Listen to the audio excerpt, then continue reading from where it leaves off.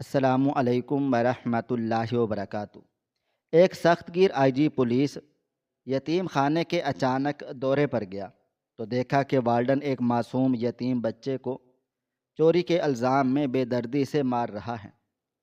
آئی جی نے غصے سے وارڈن کو روکا اور بچے کو گلے لگا لیا۔ جب تفتیش کے لیے آئی جی صاحب نے بچے کی جیب سے ملنے والی وہ مبینہ چوری شدہ چیز دیکھی تو اس کے ہاتھ سے وہ چیز گر گئی اور وہ وہیں زمین پر بیٹھ گیا، کیونکہ وہ چیز دراصل شہر کے افق پر سیاہ بادلوں کا بسیرا تھا اور شام کے سائے تیزی سے گہرے ہو رہے تھے۔ سرد ہواؤں میں ایک عجیب سی خنکی اور اداسی رچی ہوئی تھی، جیسے شہر کا ہر کونا کسی نامعلوم خوف کے زیر اثر ہو۔ یہ شہر ویسے تو جرائم اور بدعنوانی کا گڑھ سمجھا جاتا تھا، لیکن پچھلے کچھ عرصے سے یہاں کے جرائم پیشہ افراد اور کرپٹ عناصر کی نیندیں حرام ہو چکی تھیں۔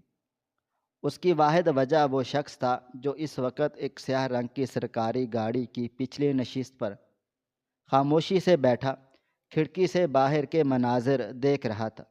Inspector general of police I G Shamsher Khan. شمشیر کا نام ہی پولیس ڈپارٹمنٹ اور جرائم کی دنیا میں ایک دہشت اور جلال کی علامت بن چکا تھا۔ اس کا قد لمبا چوڑا سینہ، چہرے پر موجود سختی اور آنکھوں میں موجود وہ تیز چبھتی ہوئی چمک جو کسی بھی مجرم کے دل میں سوراخ کرنے کے لیے کافی تھی، اسے ایک افسانوی کردار بناتی تھی۔ وہ ایک ایسا افسر تھا جس کی ڈکشنری میں رحم، رعایت یا کمزوری نام کا کوئی لفظ نہیں تھا۔ اس کے نزدیک قانون کی حکمرانی اور انصاف کا حصول ہی سب کچھ تھا، چاہے اس کے لیے اسے کتنے ہی سخت فیصلے کیوں نہ کرنے پڑیں۔ محکمہ پولیس کے بڑے بڑے افسران اس کے سامنے کھڑے ہوتے ہوئے لرزتے تھے، کیونکہ شمشیر کی نظریں چہرہ نہیں بلکہ انسان کا ضمیر پڑھنے کی صلاحیت رکھتی تھی۔ اس کی وردی پر لگے ہوئے تمغے اور اس کے کندھوں پر چمکتے ہوئے بیجز اس کی ان گنت کامیابیوں، بہادری اور بے خوفی کی داستان سناتے تھے۔ آج شمشیر کا موڈ معمول سے زیادہ سخت اور سنجیدہ تھا۔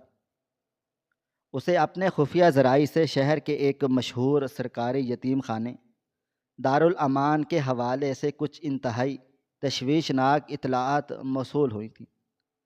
اطلاعات یہ تھیں کہ اس یتیم خانے کی انتظامیہ نہ صرف حکومت کی طرف سے آنے والے فنڈز میں خرد برد کر رہی ہے، بلکہ وہاں موجود معصوم اور بے آسرا بچوں کے ساتھ غیر انسانی اور ظالمانہ سلوک بھی کیا جا رہا ہے۔ شمشیر کے لیے یہ بات کسی ذاتی صدمے سے کم نہیں تھی، کیونکہ وہ جانتا تھا کہ یتیم اور بے سہارا بچے معاشرے کا وہ کمزور ترین طبقہ ہیں جن کی حفاظت ریاست کی سب سے بڑی ذمہ داری ہوتی ہے۔ اس نے کسی بھی ماتحت افسر کو ساتھ لینے کے بجائے صرف اپنے ایک قابل اعتماد ڈرائیور کے ساتھ اس یتیم خانے کا اچانک اور خفیہ دورہ کرنے کا فیصلہ کیا، تاکہ وہ خود اپنی آنکھوں سے زمینی حقائق کا مشاہدہ کر سکے۔ گاڑی کی رفتار دھیمی ہوئی اور وہ شہر کے ایک پسماندہ اور سنسان علاقے میں واقع ایک خستہ حال، بوسیدہ اور ویران سی عمارت کے سامنے آ کر رک گئی۔ یہ دارالامان تھا۔ عمارت کی بیرونی دیواریں جگہ جگہ سے ٹوٹی ہوئی تھی، رنگ اڑ چکا تھا اور لوہے کے بڑے گیٹ پر زنگ کی موٹی تہیں جمی ہوئی تھی۔ عمارت کے ظاہری خد و خال ہی چیخ چیخ کر اس بات کی گواہی دے رہے تھے کہ یہاں محبت، شفقت یا دیکھ بھال نام کی کوئی چیز موجود نہیں ہے۔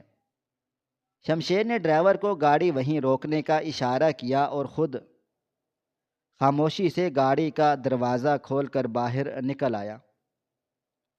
اس کے بھاری بوٹوں کی آواز رات کی خاموشی میں ایک عجیب سا ارتعاش پیدا کر رہی تھی۔ گیٹ پر موجود چوکیدار اپنی کرسی پر بیٹھا گہری نیند سو رہا تھا۔ اس کے خراٹوں کی آوازیں ماحول کی ویرانی میں مزید اضافہ کر رہی تھیں۔ شمشیر نے چوکیدار کو جگانے یا اسے اپنی موجودگی کا احساس دلانے کی زحمت نہیں کی، کیونکہ وہ نہیں چاہتا تھا کہ اندر موجود انتظامیہ کو اس کی آمد کی قبل از وقت اطلاع مل جائے اور وہ چیزوں کو چھپانے میں کامیاب ہو جائیں۔ وہ آہستگی سے ایک چھوٹے زیری دروازے سے جو کہ کھلا ہوا تھا یتیم خانے کی حدود میں داخل ہو گیا۔ اندر کا منظر اور بھی زیادہ دل گرفتہ اور ہولناک تھا۔ لمبی تاریک راہداریاں جن کی چھتوں سے جالے لٹک رہے تھے اور ہوا میں ایک عجیب سی سیلن ادویات اور باسی خوراک کی ملی جلی بو پھیلی ہوئی تھی۔ دیواروں پر موجود بلیوں میں سے آدھے خراب ہو چکے تھے اور جو جل رہے تھے ان کی پیلی اور مدھم روشنی ماحول کو مزید پر اسرار اور خوفناک بنا رہی تھی۔ شمشیر ایک راہداری سے دوسری راہداری کی طرف بڑھتا چلا جا رہا تھا۔ اس کی تیز نگاہیں ہر طرف دوڑ رہی تھیں۔ اس کا دل غصے اور دکھ کے ملے جلے جذبات سے بھر رہا تھا۔ ابھی وہ عمارت کے پچھلے حصے کی طرف جا ہی رہا تھا کہ اچانک اس کے کانوں میں ایک آواز ٹکرائی۔ یہ آواز کسی کے رونے کی تھی نہیں، رونے کی نہیں، یہ کسی کی دل خراش اور کربناک چیخیں تھیں۔ ایک ایسی آواز جس میں درد، بے بسی، خوف اور التجا شامل تھی۔ یہ ایک چھوٹے بچے کی چیخیں تھیں جو کسی کے رحم و کرم کی بھیک مانگ رہا تھا، اور ان چیخوں کے ساتھ ہی ایک اور خوفناک آواز بھی آ رہی تھی۔ شمشیر کے قدم ایک لمحے کے لیے رک گئے۔ اس کا دل جو پتھر کی طرح سخت مانا جاتا تھا اس میں ایک عجیب سی کسک پیدا ہوئی۔ اس نے اپنے جبڑے بھینچے، اس کی مٹھیاں غصے سے کس گئیں اور اس کی آنکھوں میں خون اتر آیا۔ اس نے آواز کی سمت میں تیزی سے قدم بڑھانا شروع کر دیے۔ راہداری کے اختتام پر ایک کھلا کچا صحن تھا جہاں رات کے اس پہر ایک مدھم سی پیلی بتی جل رہی تھی۔ شمشیر صحن کے داخلی دروازے کے سائے میں کھڑے ہو کر سامنے کا منظر دیکھنے لگا، اور جو منظر اس نے دیکھا اس نے اس کی روح کو جھنجھوڑ کر رکھ دیا تھا۔ یہ ایک ایسا منظر تھا جو کسی بھی پتھر دل انسان کو پگھلانے کے لیے کافی تھا۔ صحن کے عین وسط میں یتیم خانے کا انچارج والڈن، جس کا نام شاید کرامت تھا، ایک بھاری بھرکم سیاہ فام اور وحشی نما شخص ہاتھ میں ایک موٹی خاردار بید کی چھڑی پکڑے کھڑا تھا۔ اس کا چہرہ غصے سے لال ہو رہا تھا، ماتھے پر پسینے کے قطرے چمک رہے تھے اور اس کی آنکھوں میں ایک درندے جیسی صفاکی اور بے رحمی رقص کر رہی تھی۔ اور اس کے سامنے زمین پر پڑا درد سے کراہتا ہوا ایک 8 یا 9 سال کا انتہائی کمزور، نحیف اور معصوم سا بچہ تھا۔ اس کے چھوٹے چھوٹے ہاتھ والڈن کے قدموں کی طرف بڑھ رہے تھے۔ وہ رو رو کر ہچکیاں لے لے کر رحم کی بھیک مانگ رہا تھا۔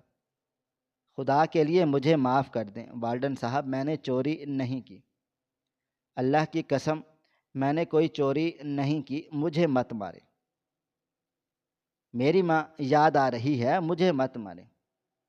بچے کی آواز درد اور خوف کی شدت سے کانپ رہی تھی۔ اس کی بڑی بڑی معصوم آنکھوں سے آنسوؤں کا ایک سیلاب رواں تھا جو اس کے گرد آلود چہرے پر لکیریں بنا رہا تھا۔ وہ بار بار اپنے چھوٹے ہاتھوں سے اپنا چہرہ اور سر چھپانے کی کوشش کر رہا تھا تاکہ والڈن کی ظالمانہ نظروں سے بچ سکے، لیکن والڈن کے دل میں رحم نام کی کوئی چیز نہیں تھی۔ وہ ایک ظالم اور درندہ صفت انسان تھا جسے غریب اور بے بس بچوں پر اپنا رعب جھاڑنے میں تسکین ملتی تھی۔ اس نے بچے کی التجا پر کوئی دھیان نہیں دیا بلکہ اس کا غصہ مزید بھڑک اٹھا۔ چپ کر جا، تو مجھے سکھائے گا کہ تو نے چوری کی ہے یا نہیں؟ میرے کمرے کی تلاشی لے کر میری ہی چیزیں غائب کرتا ہے اور پھر اوپر سے زبان درازی کرتا ہے۔ آج میں تجھے بتاؤں گا چوری کا انجام کیا ہوتا ہے۔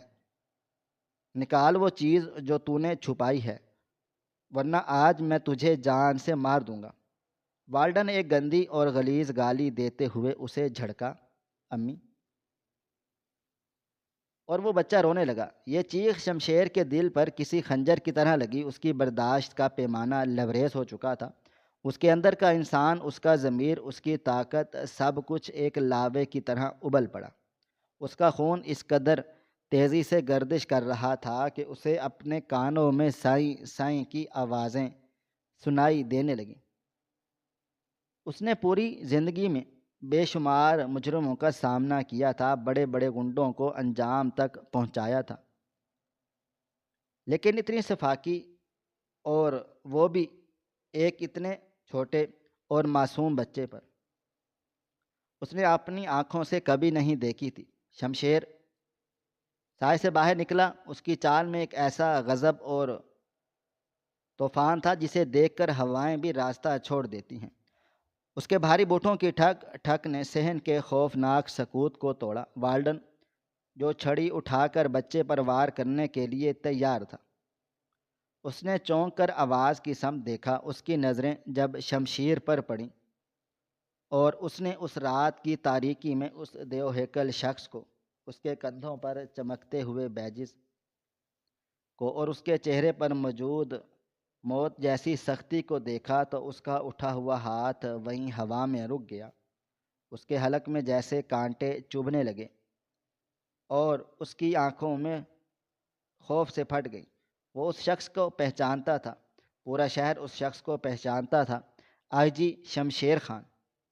وارڈن کے ہاتھوں کے طوطے اڑ گئے، اس کی زبان گنگ ہو گئی اور اس کے ماتھے پر موجود غصے کا پسینہ اچانک سرد موت کے پسینے میں بدل گیا۔ اس سے پہلے کہ وارڈن کچھ سمجھ پاتا، شمشیر بجلی کی سی تیزی سے اس کے سر پر پہنچ گیا۔ شمشیر کی آنکھوں میں جو غصہ اور نفرت تھی، وہ وارڈن کو جلا کر راکھ کر دینے کے لیے کافی تھی۔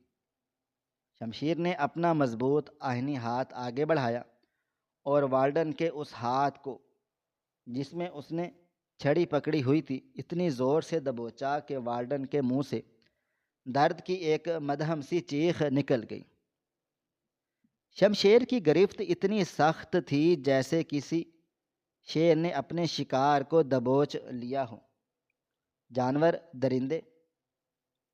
شمشیر کے منہ سے نکلنے والے الفاظ میں ایک ایسی گرج تھی جس نے یتیم خانے کی بوسیدہ دیواروں کو بھی ہلا کر رکھ دیا تھا۔ تیری یہ جرت، تیری یہ اوقات کہ تو اس ریاست کے، اس قوم کے ایک معصوم بچے پر اپنا قہر نازل کر رہا ہے۔ وارڈن خوف کے مارے تھر تھر کانپنے لگا تھا۔ اس کے ہونٹ لرز رہے تھے۔ وہ کچھ بولنا چاہتا تھا، کوئی صفائی پیش کرنا چاہتا تھا۔ سر یہ بچہ، یہ چور ہے، اس نے۔ لیکن اس کی بات پوری ہونے سے پہلے ہی شمشیر کا دایاں ہاتھ فضا میں بلند ہوا اور پوری طاقت کے ساتھ والڈن کے گال پر رسید ہوا۔ چٹاخ! تھپڑ کی آواز اتنی زوردار تھی کہ پورے صحن میں گونج اٹھی۔ اس ایک تھپڑ میں شمشیر کی وہ تمام طاقت، وہ تمام غصہ اور وہ تمام نفرت شامل تھی جو اس نے اس ظالمانہ نظام کے خلاف اپنے اندر دبا رکھی تھی۔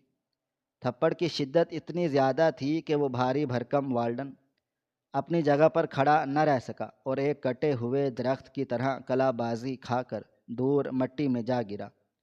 اس کے منہ اور ناک سے خون بہنے لگا اور وہ درد اور خوف کی شدت سے زمین پر کرہنے لگا۔ اس کے ہاتھ سے وہ ظالم چھڑی چھوٹ کر دور جا گری۔ صحن میں ایک دم قبرستان کے جیسے خاموشی چھا گئی۔ یتیم خانے کی کھڑکیوں کے پیچھے سے ڈرے سہمے ہوئے بچوں کے چہرے جھانک رہے تھے، جنہوں نے اپنی زندگی میں کبھی اس وارڈن کو یوں بے بس اور ذلیل ہوتے ہوئے نہیں دیکھا تھا۔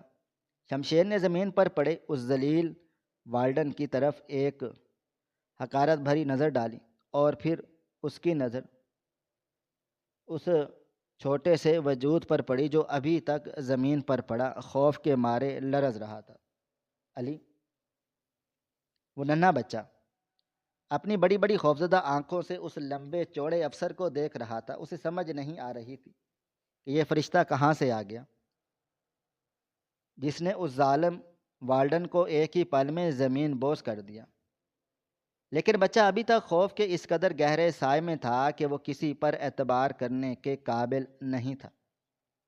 وہ اپنے چھوٹے چھوٹے ہاتھوں سے خود کو سمیٹ کر پیچھے مزید کھسکنے کی کوشش کر رہا تھا، جیسے اسے ڈر ہو کہ اب یہ نیا طاقتور شخص اسے مارے گا۔ شمشیر خان نے جب بچے کی ان خوفزدہ آنکھوں میں دیکھا تو اس کے اندر کا وہ سخت گیر، روبدار اور بے رحم پولیس افسر اچانک غائب ہو گیا۔ اس کی جگہ ایک شفیق، درد دل رکھنے والے اور ایک باپ جیسے انسان نے لے لی۔ شمشیر، جس کے سامنے کھڑے ہونے کی کسی کی مجرم کی کوئی بھی مجال نہیں ہوتی تھی، آج اس مٹی اور خون میں لتھڑے ہوئے معصوم بچے کے سامنے اپنے گھٹنوں کے بل بیٹھ زمین پر گیا۔ اس نے اپنی استری شدہ کلف لگی ہوئی قیمتی وردی کی کوئی پرواہ نہیں کی جو کیچڑ اور مٹی سے خراب ہو رہی تھی۔ اس نے اپنے بڑے مضبوط لیکن اب انتہائی نرم ہاتھوں کو آگے بڑھایا۔ اس کی آنکھوں میں ایک ایسی نمی اور ہمدردی تھی جو شاید اس کی زندگی میں پہلی بار ابھری تھی۔ اس نے انتہائی نرمی اور شفقت کے ساتھ اس لرزتے ہوئے، سہمے ہوئے بچے کو اپنے بازوؤں کے گھیرے میں لے لیا۔ اس نے بچے کو اپنے چوڑے اور مضبوط سینے سے لگا لیا۔ یہ ایک ایسا منظر تھا جس نے وقت کو جیسے روک دیا ہو۔ ایک طرف وہ طاقتور ترین پولیس چیف جس کی وردی جاہ و جلال کی علامت تھی، اور دوسری طرف وہ کمزور، مجروح اور ٹوٹا ہوا یتیم بچہ۔ شمشیر نے اپنا ہاتھ بچے کے سر پر پھیرا، اس کے مٹی اور پسینے میں اٹے ہوئے بالوں میں اپنی انگلیاں گزاریں اور اس کی پیٹھ کو سہلانے لگا تاکہ اسے یہ احساس دلوا سکے کہ اب وہ مکمل طور پر محفوظ ہے۔ نہیں میرے بچے، ایسا نہیں سوچتے، نہیں روتے، اب تمہیں کوئی بھی نہیں مارے گا، تمہارا باپ آ گیا ہے، اب کوئی ظالم تمہیں چھو بھی نہیں سکتا، میں ہوں یہاں، روتے نہیں بہادر بچے۔ شمشیر کی بھاری آواز میں اس وقت اتنی مٹھاس، اتنی نرمی اور اتنی اپنائیت تھی کہ بچے کے اندر کا برپا طوفان اچانک ایک سکون میں بدلنے لگا۔ بچے نے جو اب تک صرف ظلم، مار پیٹ اور نفرت دیکھی تھی، جب اسے ایک ایسا مضبوط اور محفوظ سہارا ملا تو اس کے صبر کا بندھن مکمل طور پر ٹوٹ گیا۔ اس نے اپنے چھوٹے زخمی ہاتھ شمشیر کی گردن کے گرد لپیٹ لیے، اپنا آنسوؤں اور مٹی سے بھرا ہوا چہرہ آئی جی کی وردی کے سینے میں پر چھپا لیا، اور وہ پھوٹ پھوٹ کر ہزاروں قطار رونے لگا۔ اس کے رونے میں وہ تمام تر محرومیاں، وہ سارے دکھ اور وہ تمام تر تکلیفیں شامل تھیں جو اس نے اپنی اس چھوٹی سی عمر میں اس ظالم دنیا سے سہی تھی۔ شمشیر نے اسے مزید مضبوطی سے گلے سے لگا لیا تھا، جیسے وہ اسے دنیا کی ہر برائی اور ہر تکلیف سے چھپا لینا چاہتا ہو۔ اس کی وردی پر بچے کے آنسوؤں اور خون کے دھبے لگ رہے تھے، لیکن شمشیر کے لیے اس وقت یہ دھبے کسی بھی تمغے سے زیادہ قیمتی تھے۔ کچھ دیر تک وہ بچے کو یوں ہی گلے لگائے اسے دلاسا دیتا رہا، یہاں تک کہ بچے کی ہچکیاں کچھ کم ہوئیں اور اس کے جسم کا لرزنا بند ہوا۔ شمشیر نے بڑی نرمی سے بچے کو اپنے سینے سے الگ کیا، اپنی جیب سے ایک صاف رومال نکالا اور انتہائی محبت سے بچے کے چہرے پر آنسوؤں، مٹی اور خون کے نشانات کو صاف کیا۔ اس نے بچے کے ماتھے پر ایک بوسہ دیا، اس کی آنکھوں میں جھانکا اور مسکرا کر اسے حوصلہ دیا۔ پھر وہ آہستہ سے اپنی جگہ سے کھڑا ہوا۔ جیسے ہی وہ کھڑا ہوا، اس کے چہرے کے تاثرات ایک بار پھر بدل گئے۔ وہ نرمی، وہ شفقت جو ابھی کچھ دیر پہلے اس کے چہرے پر تھی، غائب ہو گئی، اور اس کی جگہ اسی پرانے خوفناک اور جلال والے آئی جی شمشیر خان نے لے لی۔ اس کی آنکھوں میں ایک بار پھر وہ قہر اور غصہ لوٹ آیا۔ اس نے گردن موڑ کر اس میں زمین پر گرے ہوئے، منہ سے خون بہاتے ہوئے وارڈن کی طرف دیکھا جو اب ڈرتے ڈرتے اٹھنے کی کوشش کر رہا تھا۔ شمشیر کے قدم آہستہ آہستہ وارڈن کی طرف بڑھنے لگے۔ ہر قدم کے ساتھ والڈن کی سانسیں مزید تیز ہو رہی تھیں۔ شمشیر والڈن کے بالکل سر پر آ کر کھڑا ہو گیا تھا اور اپنی گرجدار، روبدار اور کاٹ دار آواز میں بولا، جو کہ کسی کوڑے کی طرح والڈن کے ذہن پر جا لگی۔ تو کہہ رہا تھا کہ اس معصوم نے تیری کوئی چیز چرائی ہے، اس بچے نے چوری کی ہے۔ شمشیر نے والڈن کے گریبان سے اسے پکڑا اور جھٹکے سے زمین سے اوپر اٹھا لیا۔ والڈن کے پیر زمین سے کچھ انچ اوپر اٹھ گئے۔ بتا مجھے ذلیل انسان، کیا چوری کیا ہے اس بھوکے اور ننگے بچے نے؟ کون سا تیرا خزانہ، کون سی تیری دولت لوٹ لی ہے اس نے، جس کی خاطر تو اس کی جان لینے پر تلا ہوا تھا؟ نکال وہ مبینہ چوری شدہ چیز اور دکھا مجھے، میں بھی تو دیکھوں کہ اس یتیم خانے کی دیواروں کے پیچھے اس معصوم کی جیب سے ایسی کون سی چیز برآمد ہوئی ہے جو تیرے اس درندگی بھرے ظلم کا جواز بن سکتی ہے۔ دکھا مجھے وہ چیز، ورنہ آج میں تجھے اسی جگہ پر اسی چھڑی سے مار مار کر تیری جان نکال دوں گا۔ والڈن شمشیر کی گرفت میں ایک بے بس چوہے کی طرح تڑپ رہا تھا۔ اس کے حلق سے آواز نہیں نکل رہی تھی۔ اس نے کانپتے ہوئے، لرزتے ہوئے، انتہائی خوف کے عالم میں اپنے کانوں، خون آلود اور مٹی سے بھرے ہوئے ہاتھ کو اپنی قمیض کی جیب کی طرف بڑھا دیا۔ اس کے ہاتھ اس قدر کانپ رہے تھے کہ اسے اپنی جیب میں ہاتھ ڈالنے کی بھی دقت ہو رہی تھی۔ آخر کار اس نے اپنی جیب سے ایک مٹھی بند کی ہوئی چیز نکالی۔ اس کی آنکھیں خوف سے پھٹی ہوئی تھیں۔ اسے لگ رہا تھا کہ جیسے یہ اس کی زندگی کا آخری لمحہ ہے۔ اس نے وہ مٹھی، وہ چیز جو اس نے کچھ دیر پہلے اس معصوم بچے کی جیب سے بے دردی سے نکالی تھی اور جس کی وجہ سے یہ سارا قیامت خیز منظر برپا ہوا تھا، ڈرتے ڈرتے لرزتے ہوئے ہاتھوں کے ساتھ شمشیر کے سامنے کر دی۔ آجی شمشیر نے اپنی عقابی نگاہیں اس بند مٹھی پر مرکوز کی تھیں۔ اس کا غصہ ابھی تک عروج پر تھا، لیکن ساتھ ہی اس کے ذہن میں ایک عجیب سا تجسس بھی پیدا ہو رہا تھا۔ آخر اس غریب، لاوارث اور مظلوم بچے کے پاس ایسی کون سی چیز ہو سکتی ہے جس نے اس شفاق والڈن کو اس قدر متشل کر دیا تھا کہ شمشیر نے اپنا ہاتھ آگے بڑھایا اور والڈن کی کانپتی ہوئی مٹھی سے وہ چیز اپنے ہاتھ میں لے لی۔ اس نے مٹھی کھولی اور اپنی نگاہیں اس چیز پر جمائیں، اور اس کے ساتھ ہی وقت، حالات اور آئی جی شمشیر کی پوری دنیا ایک جھٹکے سے پلٹنے والی تھی۔ شمشیر نے اپنی مٹھی کھولی اور یتیم خانے کے صحن کی اس مدھم پیلی اور بیمار سی روشنی میں اس چیز پر نظر ڈالی جو والڈن نے ڈرتے ڈرتے اس کے ہاتھ پر رکھی تھی۔ وہ کوئی قیمتی ہیرا، سونے کا سکہ یا روپیوں کی گڈی نہیں تھی جس کی مبینہ چوری کے الزام میں اس معصوم بچے کو زد و کوب کیا جا رہا تھا۔ شمشیر کی ہتھیلی پر ایک پرانا دھات کا بنا ہوا زنگ آلود اور خستہ حال پولیس کانسٹیبل بیج رکھا تھا، جس کے ساتھ ایک بوسیدہ، خستہ حال اور مٹی میں اٹا ہوا کاغذ کا ٹکڑا بھی طے کیا ہوا تھا۔ بیچ کی دھات پر وقت کی گردش اور زنگ کی تہ جمی ہوئی تھی، لیکن اس زنگ کے بیچوں بیچ کچھ گہرے سیاہ رنگ کے دھبے بھی موجود تھے جو کسی عام زنگ کے نہیں بلکہ برسوں پرانے جمے ہوئے خون کے نشانات تھے۔ شمشیر کی عقابی اور تیز نگاہیں جو لمحہ بھر پہلے والڈن کو جلا کر راکھ کر دینے والے غصے سے بھری ہوئی تھیں، اچانک اس بیج پر کندہ نمبر R786 اور اس کے نیچے مٹے مٹے حروف میں لکھے نام رحمت اللہ پر جم کر رہ گئیں۔ یہ صرف ایک نام اور نمبر نہیں تھا، بلکہ شمشیر کی زندگی کا وہ تاریک ترین باب تھا جس نے اپنی کامیابیوں اور تمغے اور طاقت کے خول میں کہیں بہت گہرائی میں دفن کر دیا تھا۔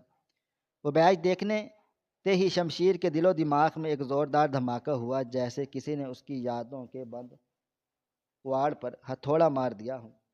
اس کے ہاتھ جو بڑے اور خطرناک مجرموں کی گردنیں دبوچتے ہوئے کبھی نہیں کامتے تھے، آج ایک سوکھے ہوئے پتے کی طرح لرزنے لگ گئے تھے۔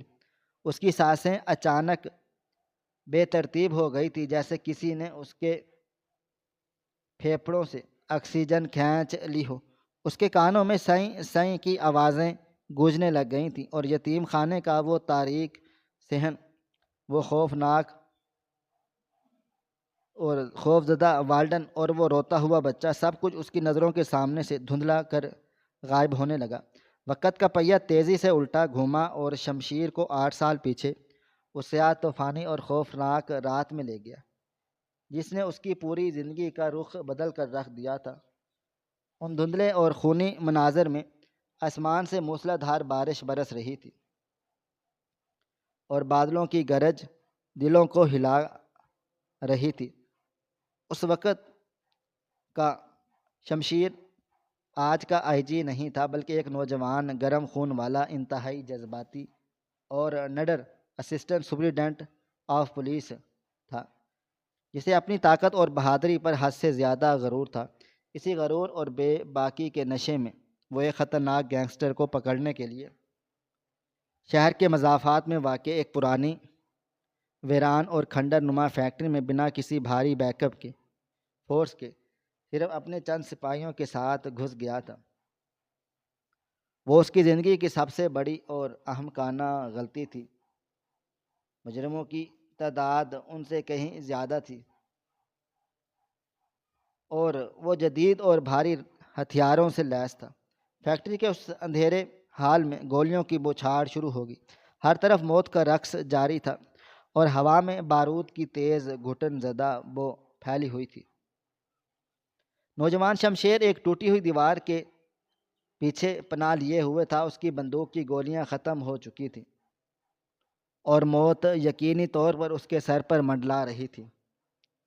اچانک گینگ کے سرغنہ نے شمشیر کو دیکھ لیا اور اپنی مشین گن کا رخ اس طرف کر کے ٹریگر دبا دیا۔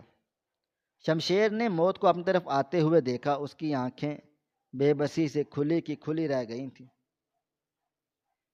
اسے لگا تھا کہ یہ اس کی زندگی کا آخری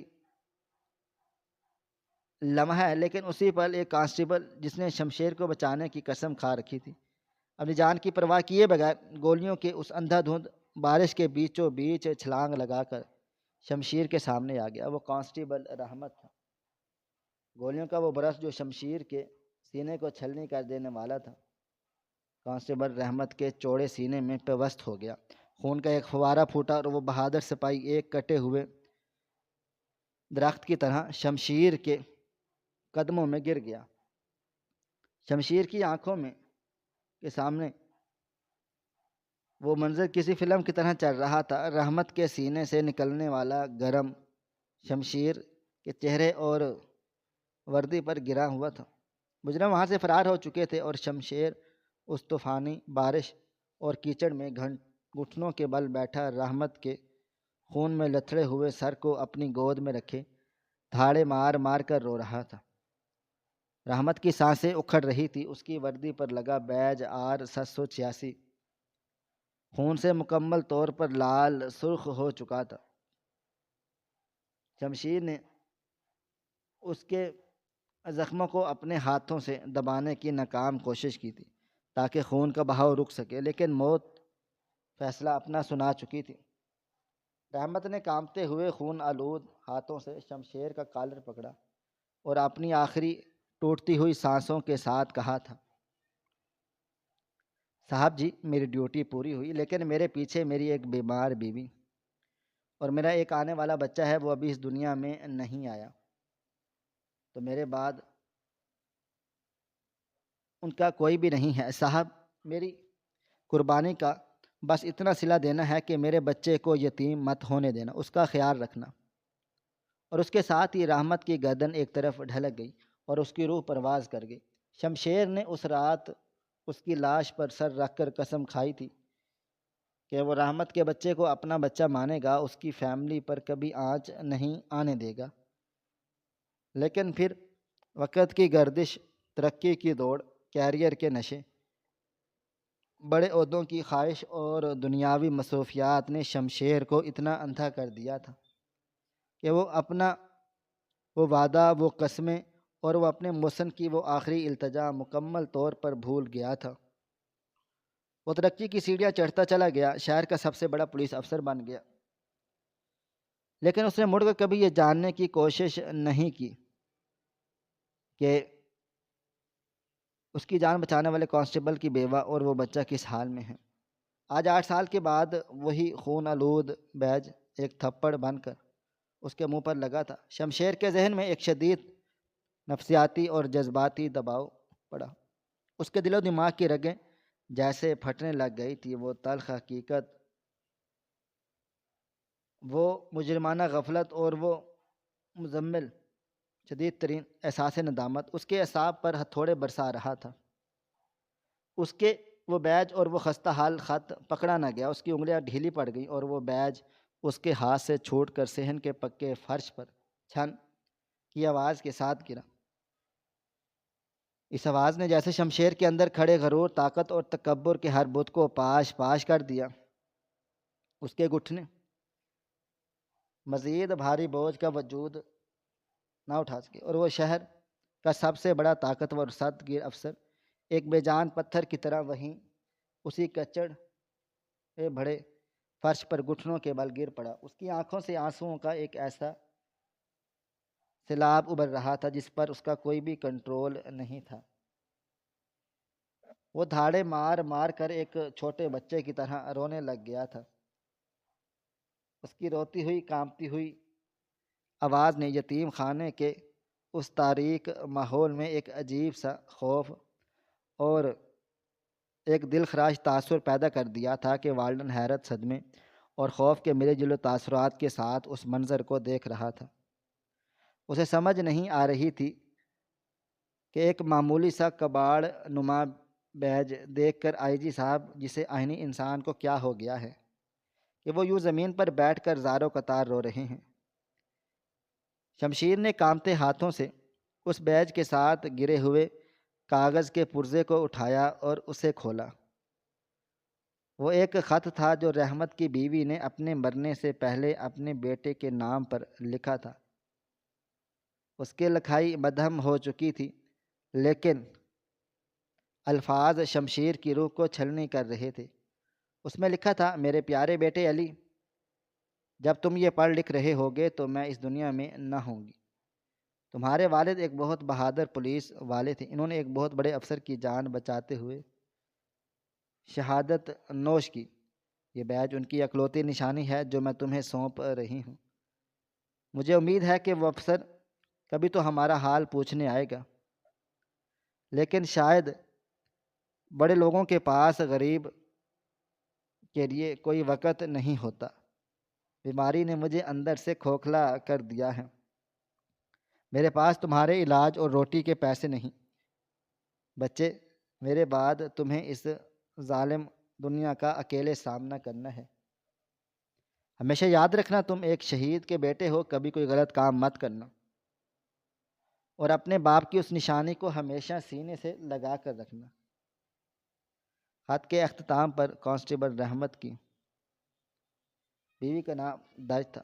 یہ الفاظ شمشیر کے سینے میں گرم شیشے کی طرح اتر گئے۔ اس کے ذہن میں ایک معصوم بچے کے جسم پر بنے ہوئے بیت کی چھڑی کے وہ سرخ نشان، خون رستے ہوئے نشانات ناچنے لگے، اور ہر نشان اس نے سے چیخ چیخ کر سوال کر رہا تھا، کیا تم نے میری جان اس لیے بچائی تھی کہ میرا بچہ درندوں کے ہاتھوں یوں ذلیل و رسوا ہو، خوار ہو؟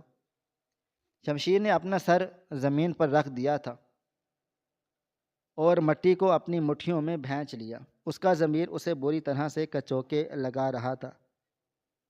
وہ جیسے شہر والے ایک مسیحا اور سمجھتے تھے، وہ آج اپنی ہی نظروں میں دنیا کا سب سے بڑا مجرم، سب سے بڑا قاتل بن چکا تھا۔ اس کی غفلت نے ایک شہید کی بیوہ کو ایڑیاں رگڑ رگڑ کر مرنے پر مجبور کر دیا، اور اس کے محسن کے خون کے ٹکڑے کو اس جہنم نما یتیم خانے میں اس درندے وارڈن کے عذاب سہنے کے لیے چھوڑ دیا۔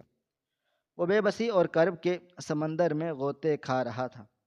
کچھ دیر تک صحن میں صرف آئی جی شمشیر کی سسکیوں اور گہری سانسوں کی آوازیں گونجتی رہیں۔ پھر اس نے آہستہ آہستہ اپنا سر اوپر اٹھایا۔ اس کی آنکھیں رونے کی وجہ سے شدید لال سرخ ہو چکی تھی، لیکن ان آنکھوں میں اب ندامت کے آنسوؤں کے ساتھ ساتھ ایک انتہائی خطرناک، جان لیوا اور وحشت ناک غصہ بھی شامل ہو چکا تھا۔ یہ غصہ اپنے آپ پر بھی تھا اور اس بوسیدہ، کرپٹ اور ظالمانہ نظام پر بھی جس نے اس کے محسن کے خاندان کو اس نہج تک پہنچا دیا تھا کہ شمشیر نے باقاعدہ زمین سے وہ بیج اٹھا لیا، اسے انتہائی عقیدت اور محبت کے ساتھ چوما اور اسے اپنی وردی کی جیب میں رکھ کر اپنی جگہ سے کھڑا ہوا۔ اس کی شخصیت میں ایک بار پھر وہی ہیبت اور جلال لوٹ آیا تھا، لیکن اس بار اس جلال میں ایک عجیب سی خونی پیاس تھی۔ وہ مڑا اور سیدھا اس خوفزدہ بچے علی کے پاس چلا گیا، جو ابھی تک ایک کونے میں سہم کر بیٹھا یہ سب کچھ دیکھے جا رہا تھا۔ شمشیر دوبارہ گھٹنوں کے بل بیٹھا۔ اس نے انتہائی نرمی سے علی کا چہرہ اپنے ہاتھوں میں لیا اور رندی ہوئی، کانپتی ہوئی آواز میں پوچھا، میرے بچے، میرے علی، مجھے سچ سچ بتاؤ، تم نے یہ بیج چرایا تھا؟ علی نے خوف کے مارے نفی میں سر ہلا دیا اور ہچکیاں لیتے ہوئے بولا، نہیں سر، میں نے کوئی چوری نہیں کی۔ والڈن صاحب سٹور روم میں پرانی فائلیں اور کباڑ جلا رہے تھے۔ اس کباڑ میں میری ماں کا پرانا باکس بھی تھا جس میں یہ بیج اور خط رکھا ہوا تھا۔ جب میں نے دیکھا کہ وہ میرے باپ کی اکلوتی نشانی کو آگ میں پھینکنے لگے ہیں تو میں جلدی سے اسے اٹھا کر اپنی جیب میں چھپا لیا، اور والڈن صاحب کو لگا کہ میں نے ان کے کمرے سے کوئی قیمتی چیز یا پیسے چرا لیے ہیں۔ انہوں نے میری تلاشی لینی شروع کر دی اور پھر مجھے مارنا شروع کر دیا، لیکن میں یہ بیج نہیں دے سکتا تھا کیونکہ یہ میرے شوہر کی شدید نشانی ہے۔ بچے کی یہ بات سنتے ہی شمشیر کے ضبط کے تمام بندھن ٹوٹ گئے۔ اس نے آگے بڑھ کر علی کو دیوانہ وار اپنے سینے میں بھینچ لیا۔ وہ اسے چومتا رہا، روتا رہا اور بار بار معافیاں مانگتا رہا، مجھے معاف کر دے میرے بچے، مجھے معاف کر دے، تیرا باپ کوئی عام انسان نہیں تھا بلکہ میرا محسن تھا۔ اس نے میرے لیے اپنے سینے پر گولی کھائی تھی، اور میں کتنا کم ظرف، کیسا بے غیرت انسان نکلا کہ میں نے اپنے محسن کے خون کو ان گدھوں کے حوالے کر دیا۔ لیکن اب اور نہیں، اب تمہیں کوئی نہیں رلائے گا، میں تمہارا باپ ہوں، میں تمہارا محافظ ہوں۔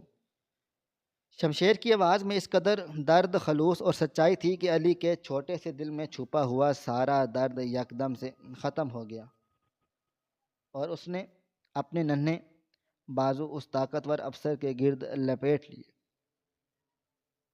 اس جذباتی اور نفسیاتی طوفان کے بعد شمشیر کے اندر کا فرائض شناس افسر بیدار ہوا۔ اس نے علی کو اپنے پیچھے کھڑا کیا اور ایک خوفناک درندے کی طرح مڑ کر وارڈن کی طرف دیکھا، جو اب دیوار کے ساتھ لگا اپنی موت کا انتظار کر رہا تھا۔ شمشیر کی آنکھوں میں شعلے نکل رہے تھے۔ وہ وارڈن کی طرف بڑھا۔ اس نے وارڈن کو گردن کو اپنے لوہے کے جیسے مضبوط ہاتھوں سے دبوچ لیا اور اسے ہوا میں اٹھا لیا۔ تو نے اس ریاست کے ایک شہید کے بیٹے پر ہاتھ اٹھایا ہے، جس کے باپ کی وجہ سے آج میں یہاں پر زندہ کھڑا ہوں۔ تو نے ان معصوموں کی زندگیوں کو جہنم بنایا ہے۔ آج میں تجھے وہ سبق سکھاؤں گا کہ تیری آنے والی نسلیں بھی پولیس کا نام سن کر کانپیں گی۔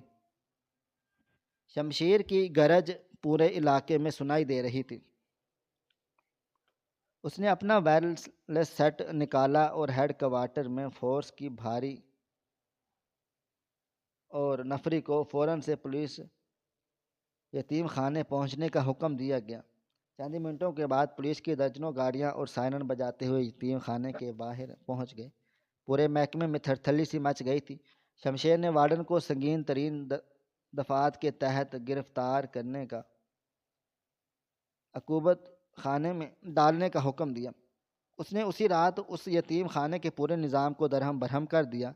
کرپٹ عملے کو ہتھ کڑیاں لگوا کر جیل بھجوا دیا اور محکمے کے اعلیٰ حکام کو اس یتیم خانے کی مکمل تزئین و آرائش اور بچوں کے لیے بہترین سہولیات فراہم کرنے کے لیے سخت احکامات جاری کیے، اور وہ سب کو یہ پیغام دے رہا تھا کہ انصاف کا ترازو اب کسی کے لیے نہیں جھکے گا۔ اس رات شمشیر نے جب یتیم خانے سے نکلا تو اس کے ہاتھ میں اس کا ایک وائرلیس سیٹ تھا اور دوسرا ہاتھ میں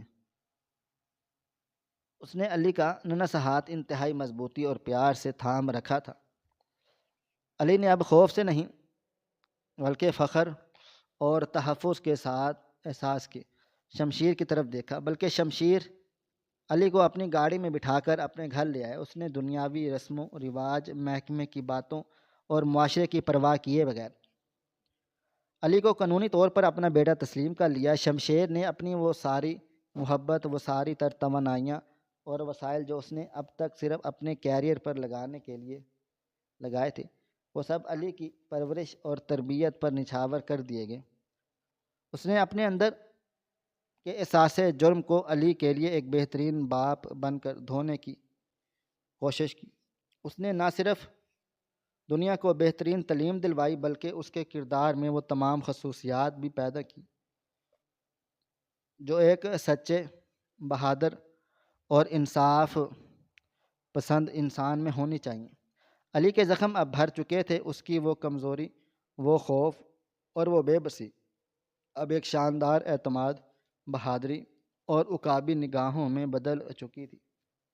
وقت پروں پر اڑتا رہا، سالہ سال کا عرصہ گزر گیا۔ شمشیر اب بوڑھا ہو چکا تھا، اس کے بالوں میں چاندنی آ چکی تھی اور وہ پولیس ڈپارٹمنٹ سے باعزت ریٹائرمنٹ لے کر اپنی زندگی باقی کی سکون سے گزار رہا تھا۔ لیکن آج کا دن اس کے لیے اس کی زندگی کے تمام تمغوں، تمام کامیابیوں اور تمام اعزازات سے بڑھ کر تھا۔ آج ایک بار پھر وہ یتیم خانے دارالامان کے اسی صحن میں کھڑا ہوا تھا، لیکن آج یہ یتیم خانہ کوئی کھنڈر یا عقوبت خانہ نہیں تھا، بلکہ ایک شاندار، جدید اور محبت سے بھری ہوئی عمارت میں تبدیل ہو چکا تھا، جہاں بچوں کی کلکاریاں گونجتی تھیں۔ شمشیر کی آنکھوں میں فخر اور خوشی کے آنسو چمک رہے تھے، اور اس کی نظریں سامنے کھڑے اس سمارٹ، لمبے چوڑے اور انتہائی وجیح نوجوان پر مرکوز تھی جس نے اس وقت پولیس کی چمکتی ہوئی وردی پہن رکھی تھی۔ وہ نوجوان علی تھا جو آج اپنی شاندار محنت، لگن اور تربیت کی بدولت ASP کے عہدے پر فائز ہو کر اس علاقے کا انچارج سنبھال لیا تھا۔ علی کے چہرے پر وہی وقار، وہی بہادری اور وہی سچائی تھی جو کبھی اس کے شہید باپ رحمت اور اس کے منہ بولے باپ شمشیر کا ترا امتیاز ہوا کرتی ہے۔ لیکن علی کی وردی پر جو چیز سب سے زیادہ نمایاں تھی وہ اس کی روح کی عکاسی کر رہی تھی، اور وہ اس کے سینے پر سجا ہوا وہ پرانا زنگ آلود اور خون کے دھبوں R786 بیج والا، جسے اس نے پالش کر کے ایک تمغے کی طرح اپنے دل کے عین اوپر سجا رکھا تھا۔ یہ بیج محض دھات کا ایک ٹکڑا نہیں، بلکہ یہ اس کی شناخت اور اس کی وراثت اور اس کے باپ کی عظیم قربانیوں کی زندہ علامت تھا۔ علی نے آگے بڑھ کر شمشیر کو سلوٹ کیا اور پھر جھک کر اپنے باپ کے سینے جا لگا جس نے اسے اندھیروں سے نکال کر روشنی کا راستہ دکھایا تھا۔ شمشیر نے اپنے کانپتے ہوئے ہاتھوں سے اس کی پیشانی چوم لی۔ اس منظر نے وہاں موجود ہر آنکھ کو اشک بار کر دیا تھا۔ علی نے مڑ کر ان یتیم بچوں کی طرف دیکھا جو آج اسے اپنا ہیرو، اپنا آئیڈل سمجھ کر دیکھ رہے تھے۔ علی نے ان بچوں کے سر پر ہاتھ رکھا اور انتہائی نرم مگر پر اعتماد لہجے میں بولا، طاقت کا اصل حسن کسی کو ڈرانے، مارنے یا اپنا روب جھاڑنے میں نہیں ہے۔ طاقت کا اصل مقصد مظلوم کے آنسو پونچھنا، بے سہاروں کا سہارا بننا اور انصاف کی فراہمی ہے۔ آج میں یہاں ایک افسر بن کر نہیں بلکہ تمہارا بڑا بھائی کر آیا ہوں۔